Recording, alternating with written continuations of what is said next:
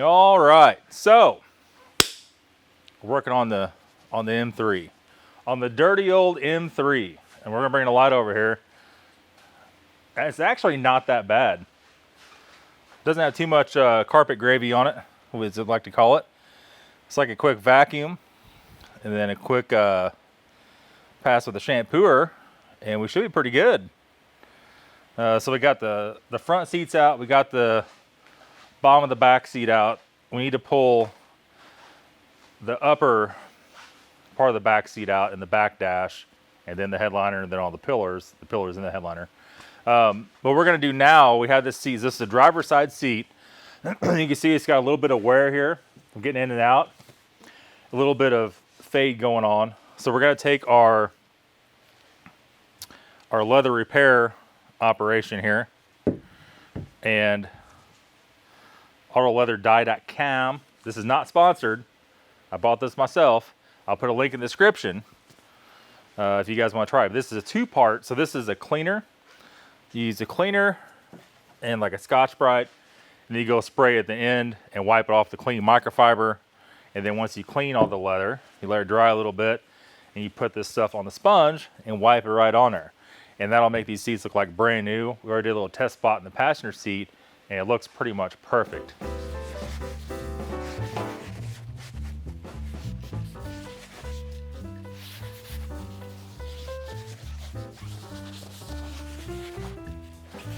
That smells weird. All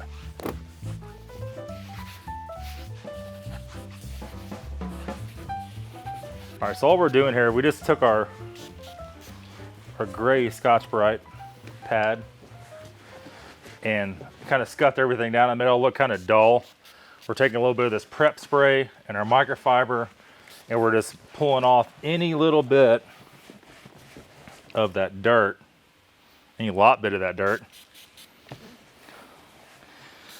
and trying to get all the oils off of this leather. So when we put the new stuff on, it'll take hold the best.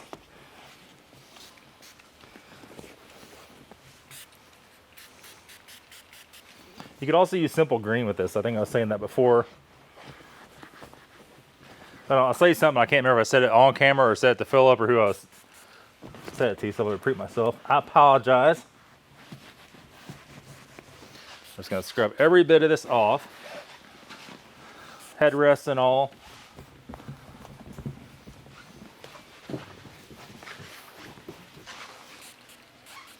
The bad part about these cars are, if you get one of these and the seats are junk, it almost totals the car out because the seats cost so much to replace, and then you have to buy a used set that are kind of junk anyway. It's a problem, all right?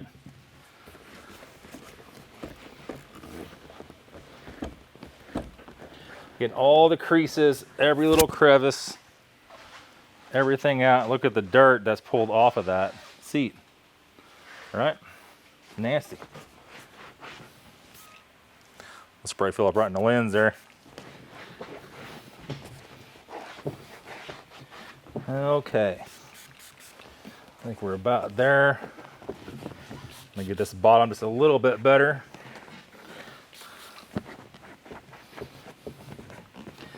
There's a couple little crumbs down there. We're gonna have to grab a little brush and brush that out. But other than that, we're getting pretty close to having it done.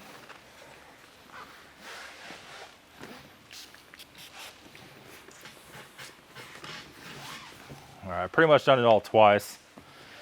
So let's let it dry for a little bit. We'll be right back.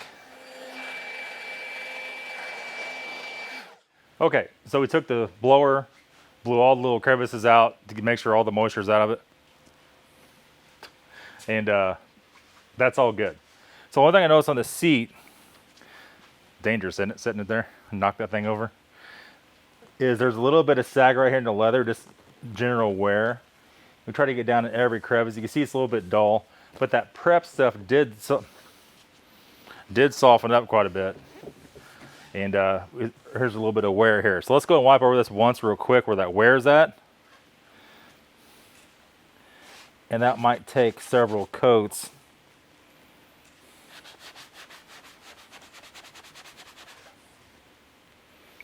What we're gonna do is coat the problem areas first.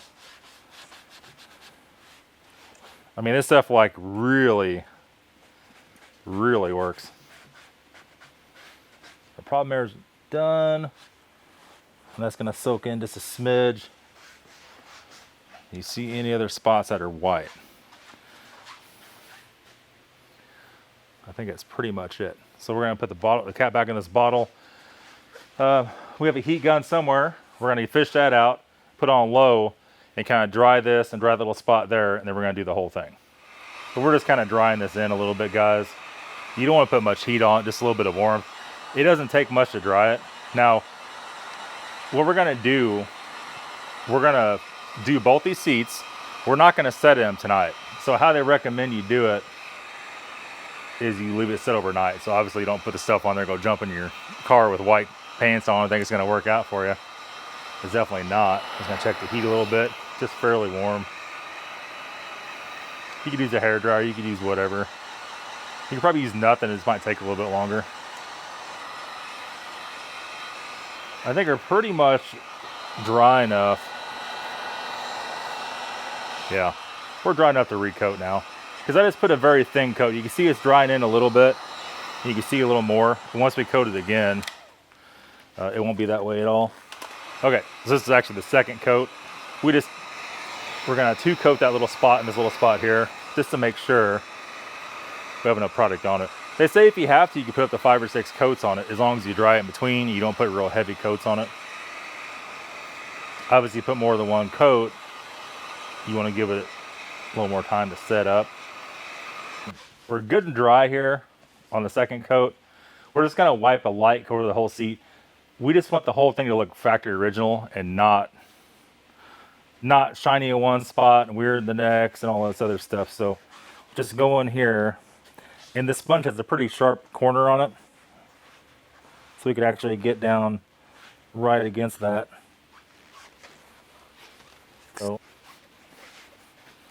and just not to get too carried away and get it too thick is the key here.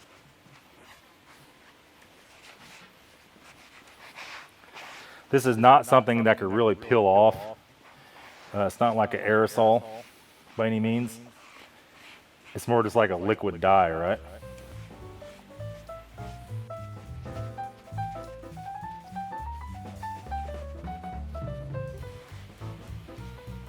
So it's drying super fast. You see how it looks blotchy, but it's just because it's drying.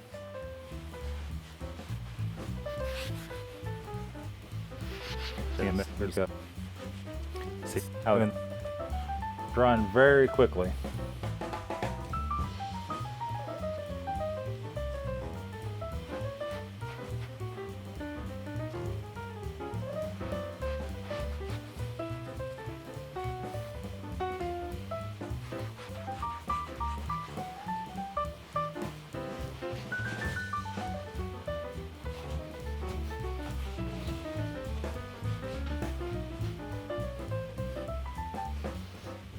It's a very odd smell to it, huh?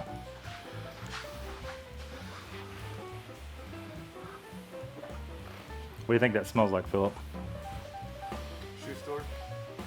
Oh yeah?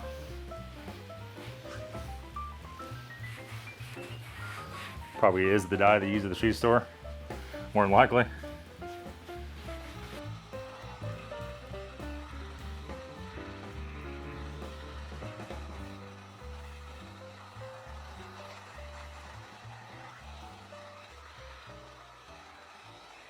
We had the headliner all taken down. It only took us 5 minutes. That's the total lie.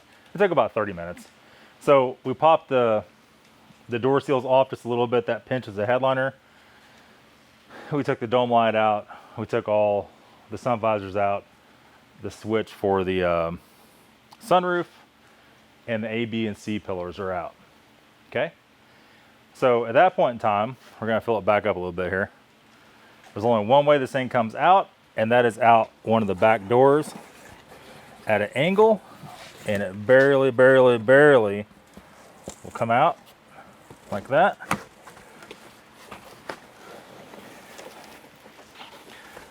A lot of people are mistaken and think you have to take the back glass out and all this crazy stuff, but you do not. So what we're gonna do now, we have suede to cover this and all the pillars in. We're going to take all the thumbtacks out because that's not doing anybody any good. We're gonna peel all this material off, and then see all this nasty crap. I have a fine wire brush with a drill. We'll take this outside, put it on a sawhorse. It will use that wire brush and will spin all the stuff off, all the glue and all the roughness off of it. We might even have a Brillo pad out to dig around and see here. But you want to get all the crumbles, all the junk off of it. Now the stuff we got is actually padded. I'll bring it over to you. Is actually a padded headliner material that has the backer on it, see? And what that backer does, it gives a little more padding, so if this thing is a little bit on the rough side, you're not going to see every little imperfection. And this stuff is supposed to be stretchy. It is stretchy. That's going to let it stretch down in like around here and do all that. And that's one reason why I did not buy the real Alcantara, because it doesn't stretch at all. And a lot of people will say it's going to be a real pain in the butt to do the headliner. So I took their word for it. I didn't want to get into something that costs 10 times the money.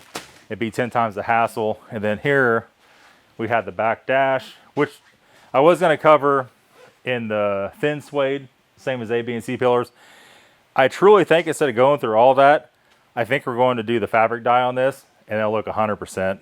You know, it's really, don't know if it's really worth all the struggle to recover that, because it has some very deep indentions in it.